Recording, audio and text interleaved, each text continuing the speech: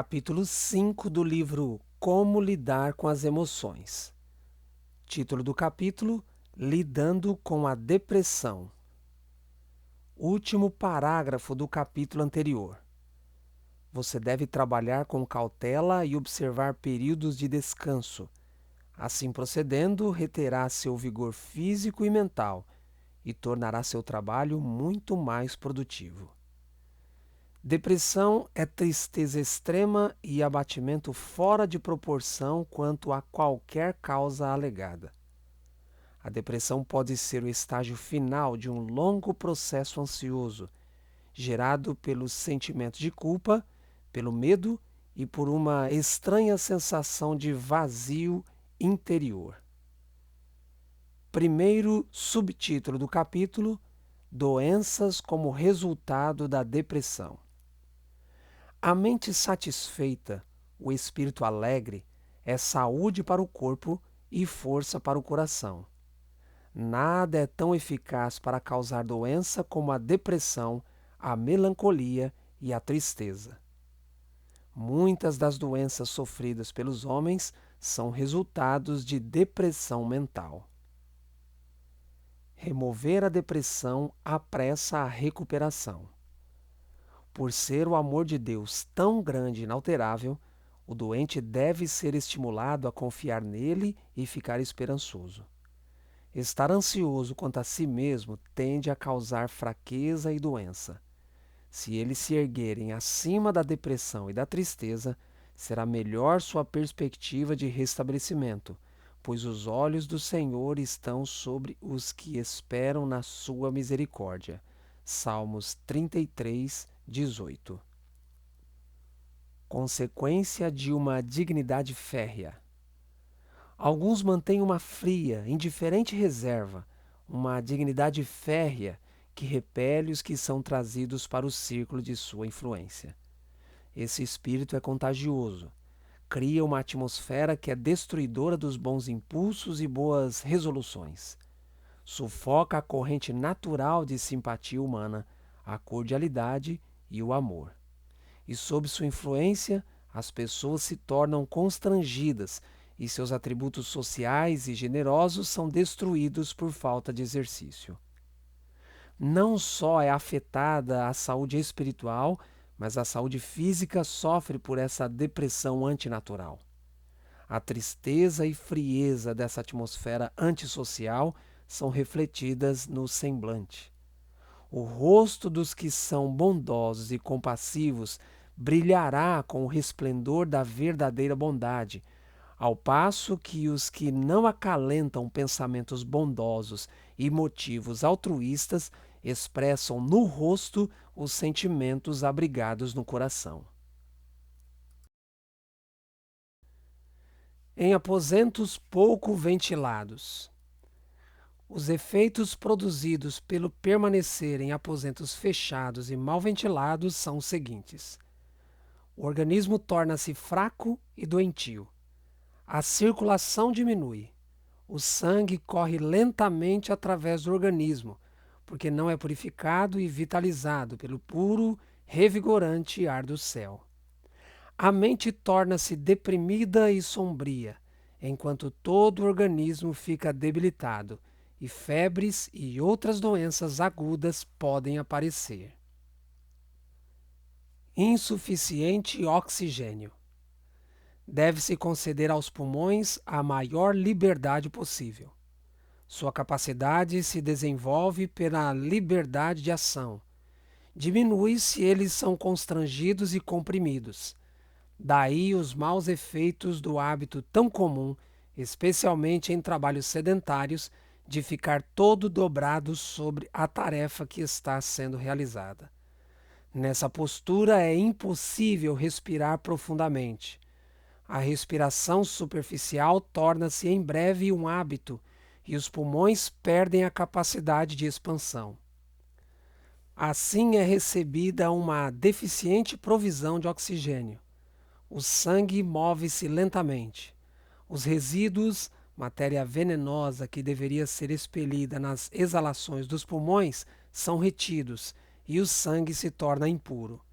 Não somente os pulmões, mas o estômago, o fígado e o cérebro são afetados.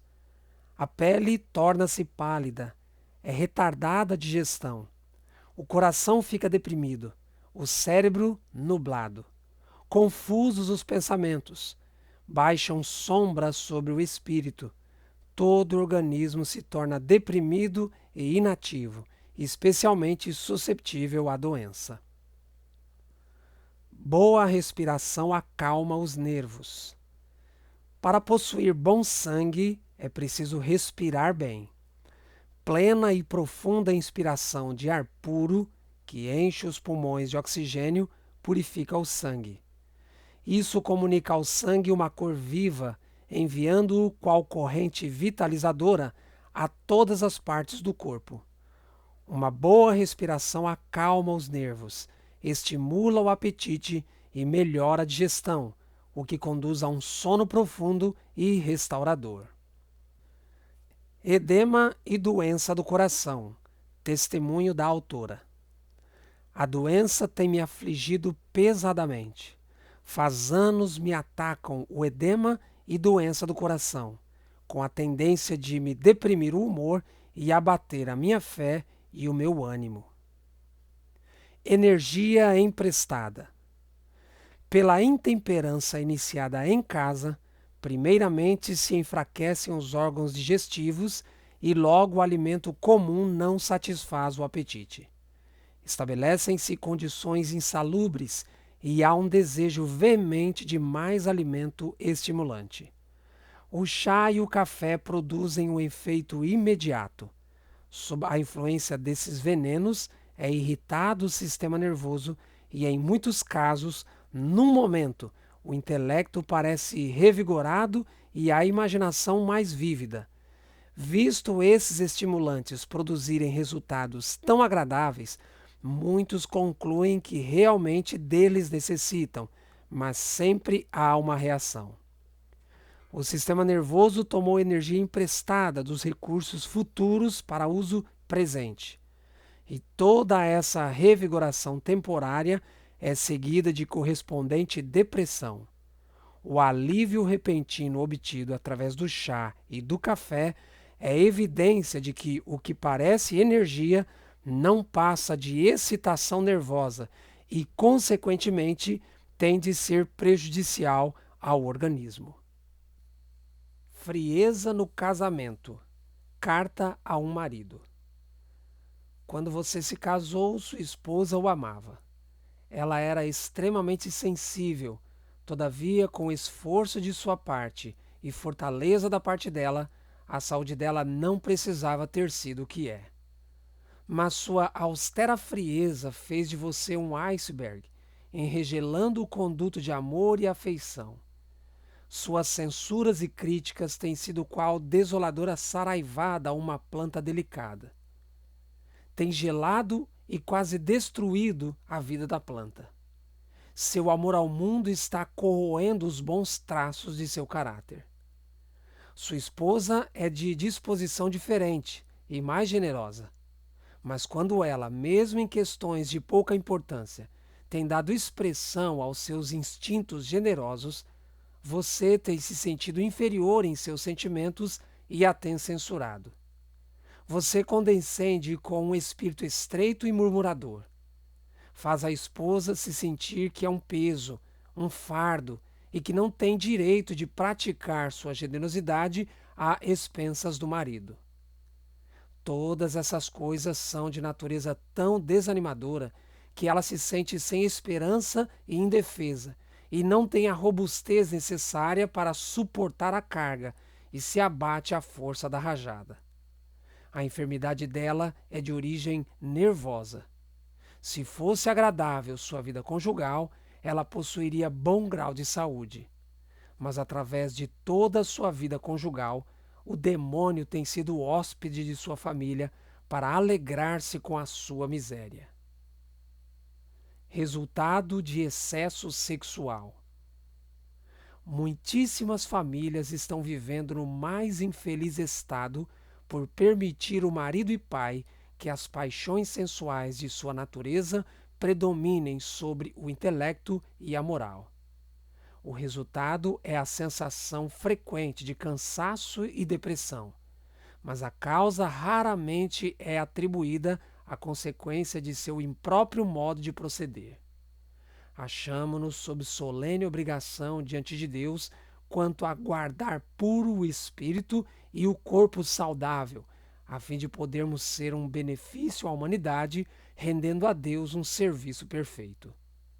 O apóstolo pronuncia estas palavras de advertência: Não reine, portanto, o pecado em vosso corpo mortal, para lhe obedecerdes em suas concupiscências. Romanos 6, verso 12. Ele nos anima a avançar dizendo que todo aquele que luta, de tudo se abstém. 1 Coríntios 9, 25. Exorta a todos que se dizem cristãos a apresentarem seu corpo como em sacrifício vivo, santo e agradável a Deus. Romanos 12, verso 1.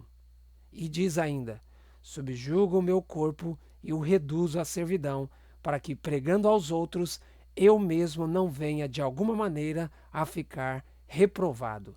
1 Coríntios 9, 27. Após o sucesso, uma depressão temporária. Uma reação como a que frequentemente segue elevada fé ou algum glorioso sucesso tomou conta de Elias. Ele temeu que a reforma iniciada no Carmelo não fosse duradoura, e a depressão se apoderou dele. Depois de ter sido exaltado ao topo do Pisga, jazia no vale. Enquanto, sob a inspiração do Onipotente, ele tinha resistido à mais severa prova de fé. Mas esse tempo de desânimo, com a ameaça de Jezabel soando-lhe aos ouvidos e Satanás aparentemente prevalecendo mediante a trama dessa ímpia mulher, Elias perdeu sua firmeza em Deus. Havia sido exaltado acima da medida e a reação foi tremenda. Controle de uma mente deprimida. A mãe pode e deve fazer muito no sentido de controlar os nervos e o espírito quando deprimida. Mesmo quando doente, ela pode, uma vez que se eduque, ser amável e alegre e pode suportar mais ruído do que pensara outrora ser possível. Ela não deve fazer os filhos sofrerem as enfermidades dela e nublar-lhes a tenra e sensivelmente com suas depressões de espírito, fazendo-os achar que a casa é um túmulo e o quarto da mãe o lugar mais triste do mundo. A mente e os nervos adquirem vigor e resistência pelo exercício da vontade. A força de vontade demonstrar-se-á, em muitos casos, poderoso calmante para os nervos. Dois extremos. Aqueles que não consideram que é um dever religioso educar a mente a demorar-se em assuntos cativantes, normalmente serão encontrados em um dos dois extremos. Ou estarão cheios de alegria em virtude de um círculo de prazeres estimulantes, condescendendo em conversação frívola, rindo e gracejando, ou estarão deprimidos, tendo grandes aflições e conflitos mentais que eles acham que poucos já experimentaram ou podem entender. Essas pessoas podem professar o cristianismo, mas enganam seu próprio coração. A influência da leitura. Testemunho da autora. Meu esposo trabalhou incansavelmente para elevar o interesse nas publicações ao seu presente estado de prosperidade. Percebo que ele tivera mais simpatia e amor dos irmãos do que pensava ter. Eles ansiosamente examinam o periódico para ver se há algo de sua pena. Se há um tom de ânimo em seus escritos, se ele fala com entusiasmo, sentem então o coração aliviado e alguns até choram com ternos sentimentos de alegria. Mas se o escrito do meu esposo expressa palavras de tristeza e sombras, o semblante dos irmãos e irmãs torna-se triste ao lerem. O espírito que caracteriza seus escritos se reflete neles. Pessoa desanimada é uma carga para si mesma. Carta endereçada a um líder. Foi-me apresentado o fato de que, em sua classe de estudantes médico-missionários, acham-se alguns cuja primeira obra deveria ser conhecer-se a si mesmos, calcular o custo e saber, ao começar a construir, se serão capazes de terminar. Não seja Deus desonrado, quebrantando o homem no processo de educá-lo, pois um homem quebrantado, desanimado, é um peso para si mesmo. É contrário à luz que Deus proporcionou, além de violar as leis da natureza, pensar que em qualquer obra que a pessoa queira realizar, Deus a susterá, enquanto empilha sobre si estudos e assuntos de pesquisa, os quais põem em perigo a saúde e a vida. A natureza não admite imposições. Ela não perdoa os prejuízos causados ao nosso delicado e maravilhoso organismo. Falta de esperança. Uma criança frequentemente censurada por alguma falta especial vem a considerar aquela falta como uma peculiaridade sua, ou alguma coisa que seria em vão se esforçar. Assim se cria o desânimo e a falta de esperança, muitas vezes ocultas sob a aparência de indiferença ou bravata.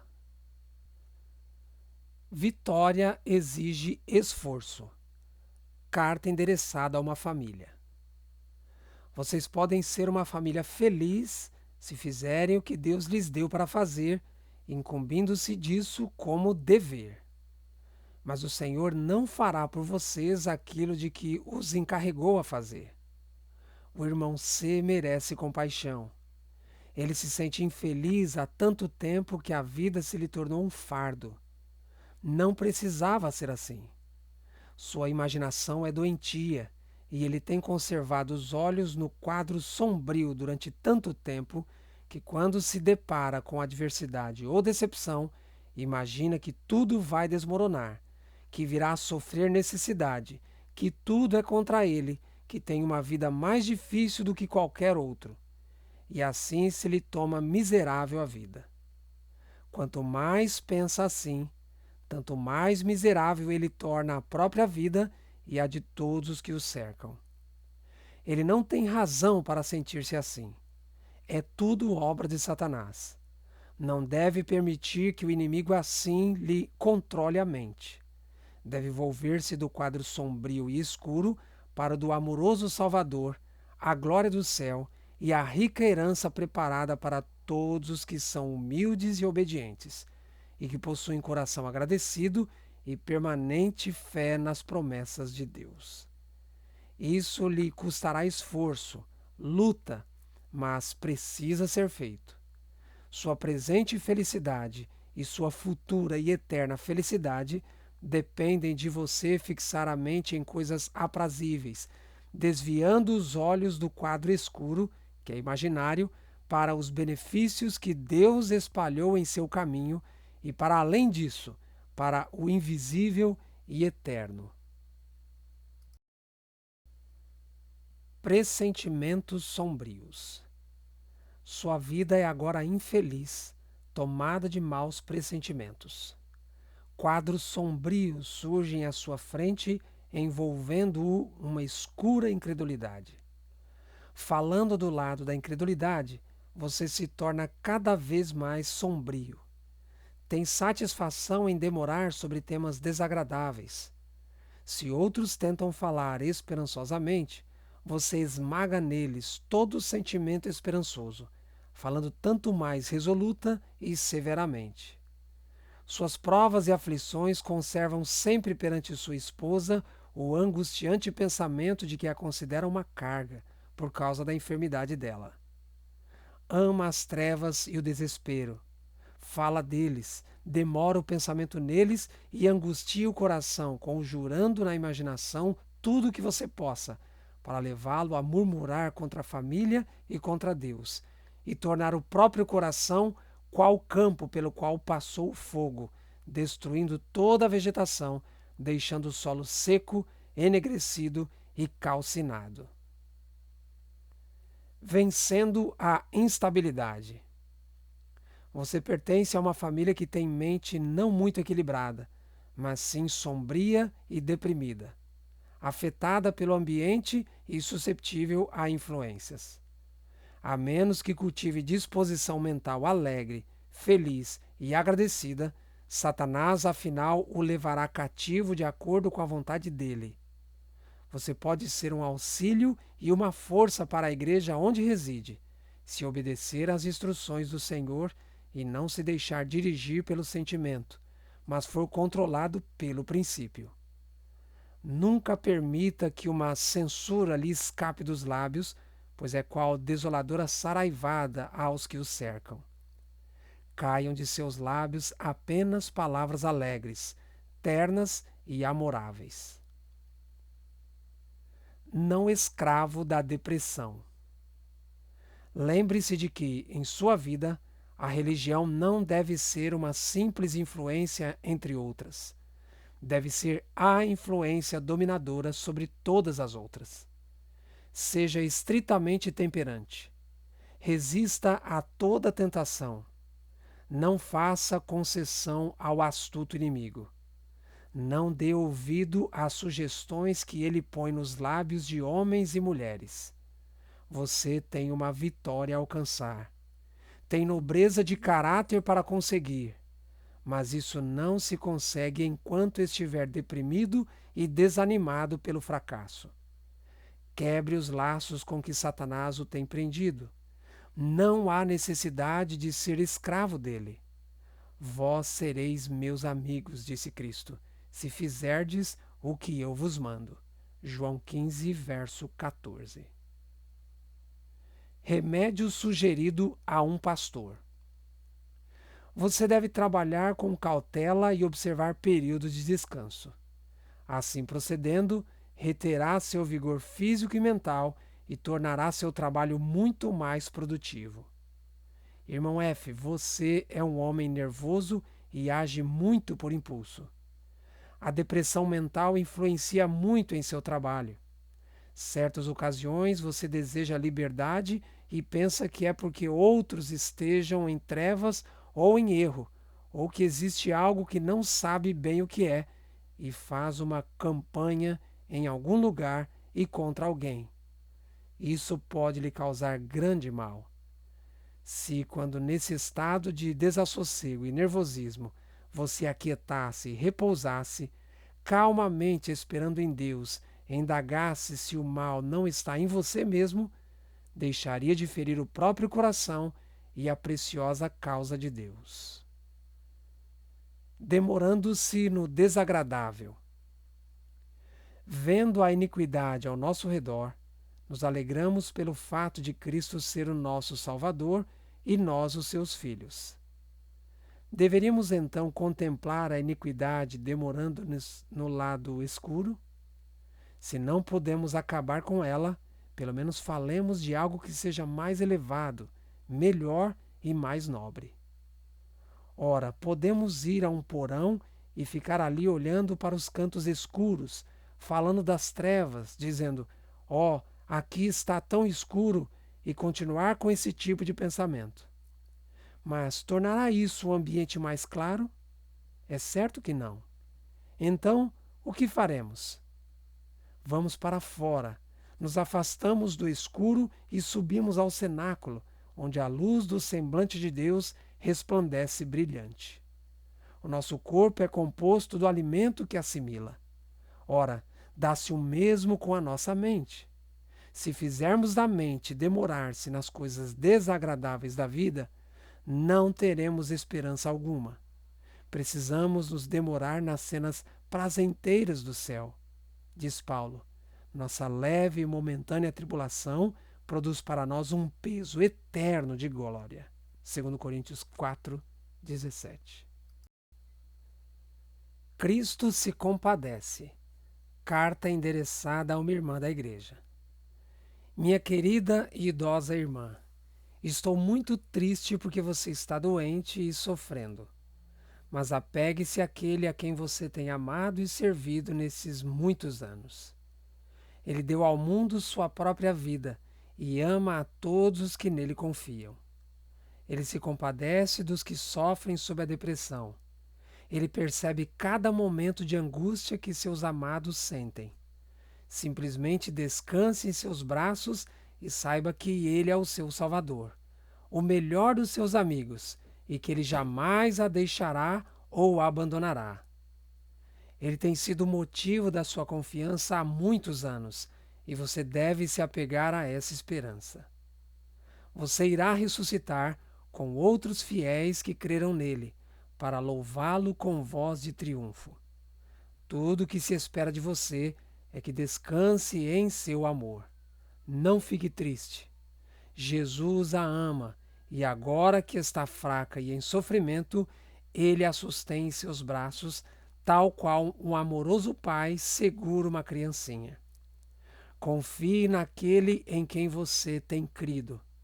Por acaso ele não a amou e cuidou de você através de toda a sua vida? Simplesmente descanse agora nas preciosas promessas que lhe foram oferecidas. Não ceder à depressão. Na calada da noite estava eu conversando com você.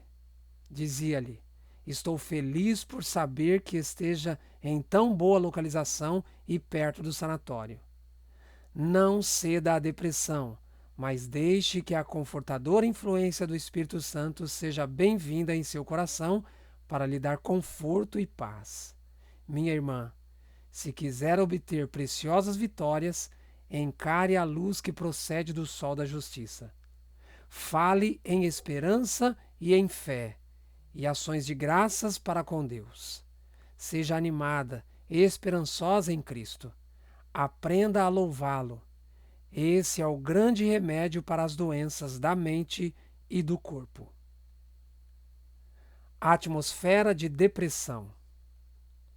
Se os pastores pelos quais Deus está atuando vierem à assembleia com os nervos abatidos, com a depressão aumentada, eu afirmo que eles têm ao redor de si uma atmosfera semelhante a um grosso lençol de névoa a envolver um céu claro.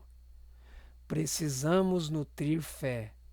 Que os lábios pronunciem: minha alma engrandece ao Senhor, e o meu espírito se alegra em Deus, meu Salvador. Lucas 1, 46 e 47. Temos de revelar o senso de um Salvador presente, uma firme confiança de que Jesus está ao leme e que ele quer ver o nobre barco seguro no porto. Temos de saber que é impossível nos salvar a nós mesmos ou a quem quer que seja. Não temos poder para prover salvação aos que perecem. Jesus, nosso Redentor, é o Salvador. Somos apenas seus instrumentos, dependentes em todos os momentos de Deus. Cumpre-nos engrandecer o seu poder perante seu povo escolhido e perante o mundo, pela grande salvação que, mediante seu sacrifício expiatório e seu sangue, ele nos conferiu. Não ficarei deprimida. Testemunho da autora. Às vezes fico muito perplexa, sem saber que fazer, mas não hei de ficar deprimida. Estou resolvida a pôr em minha vida toda a influência benéfica que me seja possível. Tenho muito motivo para estar com o coração triste, mas procuro não falar desanimadoramente, porque alguém que ouça minhas palavras pode ficar com o coração entristecido e não devo fazer coisa alguma que aumente a tristeza de uma pessoa. Atravessar as trevas. Se eu olhasse as negras nuvens, as perturbações e perplexidades que aparecem em meu trabalho, eu não teria tempo para fazer qualquer outra coisa. Sei, porém, que há luz e glória para além das nuvens. Pela fé atravesso as trevas rumo à glória. Certas ocasiões sou chamada a passar por dificuldades financeiras, mas não me preocupo quanto ao dinheiro. Deus cuida de meus negócios. Faço o possível, e se o Senhor vê que me é bom ter dinheiro, Ele me envia. Fé, uma necessidade. Quando cerca de 3 anos atrás visitei o Paradise Valley Sanitarium, Falei aos obreiros quase todas as manhãs, às 5 horas, e em hora mais tardia aos pacientes. Havia entre estes um homem que parecia sempre deprimido. Eu soube que ele cria teoricamente nas doutrinas bíblicas, mas não conseguia exercer a fé de que necessitava para apropriar-se das promessas de Deus. Manhã após manhã falei aos pacientes acerca da fé e instei com eles para que crescem nas palavras de Deus. Entretanto, esse pobre homem parecia incapaz de admitir que possuía fé. Falei com ele a sós. Apresentei-lhe a verdade de todos os modos possíveis e então lhe perguntei se não cria que Cristo era seu Salvador pessoal e que o haveria de ajudar. Nosso Salvador disse a todos os cansados e oprimidos: Tomai sobre vós o meu jugo. Não use um jugo de sua própria invenção. Tomai sobre vós o meu jugo e aprendei de mim, que sou manso e humilde de coração, e encontrareis descanso para a vossa alma. Mateus 11, 29. Chegou afinal o tempo em que eu deveria ir embora. Eu lhe disse: Agora, meu amigo, pode dizer-me que aprendeu a confiar no Salvador que tanto se empenhou em satisfazer a necessidade de seu coração? Você quer confiar nele? Pode dizer-me antes de eu partir que recebeu fé para crer em Deus? Ele olhou para cima e disse: Sim, eu creio. Eu tenho fé. Graças a Deus, respondi. Senti que, embora houvesse outros ouvintes a assistir às minhas palestras na sala, nesse caso eu fora amplamente recompensada por todos os meus esforços. Brincando nas mãos de Satanás. Não vá a outros com suas provas e tentações. Deus tão somente pode lhe ajudar. Se cumprir as condições das promessas de Deus, elas também serão cumpridas. Se sua mente está firme em Deus, não passará de um estado de êxtase para o vale do desânimo ao sobrevirem provas e tentações. Você não falará a outros acerca de sombras e dúvidas. Não dirá: não entendo disso ou daquilo, não me sinto feliz, não estou certo de que tenhamos a verdade. Não faça isso, pois você possui uma âncora firme e segura para a alma. Quando falamos de desânimo e tristeza, Satanás escuta com perversa alegria, pois agrada-lhe saber que colocou mais uma pessoa em sua escravidão. Satanás não pode ler nossos pensamentos, mas pode ver nossos atos, ouvir nossas palavras. E graças ao seu longo conhecimento da família humana, ele pode adaptar suas tentações de modo a prevalecer-se de nossos pontos fracos de caráter. E quantas vezes lhe permitimos penetrar no segredo de como pode alcançar vitória sobre nós? Oh, se controlássemos melhor nossas palavras e ações! Como nos tornaríamos fortes se nossas palavras fossem de tal espécie que não nos tivéssemos que envergonhar ao defrontar com registros dela no dia do juízo. No dia de Deus, quão diferentes elas se mostrarão do que pareciam quando as pronunciamos. Jesus compreende os sentimentos. A fé e a esperança vacilaram nas finais agonias de Cristo, porque Deus removera a certeza que até então concedera a seu amado Filho de sua aprovação e aceitação. O Redentor do mundo apoiou-se nas provas que até aí o haviam fortalecido, a saber, que o Pai aceitava seus esforços e estava satisfeito com sua obra. Na agonia da morte, ao depor ele a preciosa vida, teve de confiar unicamente pela fé naquele a quem obedecer sempre fora sua alegria. Não animaram claros, luminosos raios de esperança à direita ou à esquerda. Tudo se achava envolto em opressiva escuridão. Em meio às pavorosas trevas partilhadas pela compassiva natureza, o Redentor tomou a misteriosa taça até o fim. sendo-lhe negadas a esperança e a confiança no triunfo que o futuro lhe reservava, clamou ele com grande voz: Pai, nas tuas mãos entrego o meu espírito. Lucas 23, 46. Ele estava familiarizado com o caráter do Pai, sua justiça, misericórdia e grande amor, e submisso se deixou cair em suas mãos. Em meio às convulsões da natureza, os atônitos espectadores ouvem as últimas palavras do homem do Calvário. Deus não mudou. Não é de desprezar o sentimento de segurança. Devemos dar graças a Deus por ele. Quando, porém, nossos sentimentos se deprimem, não pensemos que Deus mudou. Vamos louvá-lo da mesma maneira, porque confiamos em sua palavra e não em nossos sentimentos. Fizemos o concerto de andar pela fé, não de ser regidos pelos sentimentos, os quais variam com as circunstâncias.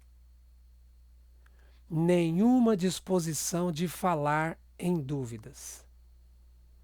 Por meio dos méritos de Cristo, de sua justiça, que pela fé nos é imputada, cumpre-nos atingir a perfeição do caráter cristão. Nossa obra diária e de cada momento é exposta nas palavras do apóstolo, olhando para Jesus, autor e consumador da fé.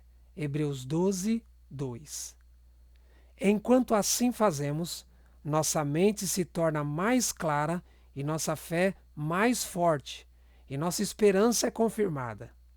Ficamos tão absorvidos com a visão de sua pureza e amabilidade e pelo sacrifício que ele fez para nos pôr em harmonia com Deus, que não temos disposição para falar de dúvidas e desânimos. O verdadeiro cristão e a depressão. O verdadeiro cristão não permite que consideração alguma terrena se interponha entre sua vida e Deus. Os mandamentos de Deus exercem uma saudável influência sobre suas afeições e atos. Se cada um dos que buscam o reino de Deus e sua justiça estivesse sempre prontos para fazer as obras de Cristo, quanto mais fácil seria o caminho para o céu. As bênçãos de Deus fluiriam e os louvores ao Senhor estariam continuamente em nossos lábios. Serviríamos então ao Senhor por princípio. Nossos sentimentos poderiam nem sempre ser de natureza alegre. As nuvens, por vezes, ensombrariam o horizonte da nossa vida, mas a esperança do cristão não repousa sobre a base arenosa dos sentimentos. Os que agem movidos por princípios contemplarão a glória de Deus para além das sombras e descansarão na segura palavra da promessa. Não se deixarão deter de honrar a Deus, por mais escura que a estrada possa parecer.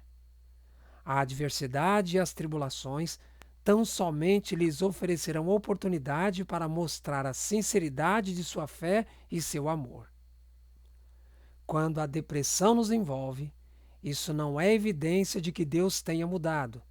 Ele é o mesmo ontem, hoje e eternamente. Hebreus 13, 8.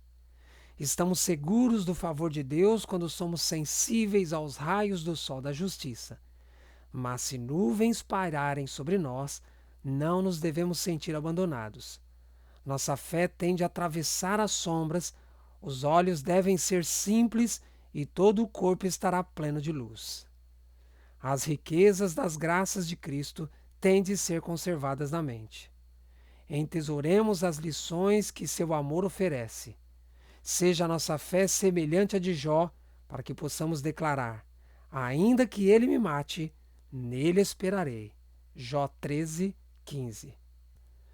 Apeguemos às promessas de nosso Pai Celestial e lembremo-nos de seu antigo trato conosco e com seus servos, pois todas as coisas contribuem juntamente para o bem daqueles que amam a Deus. Romanos 8, 28. Termina aqui o livro Como Lidar com as Emoções.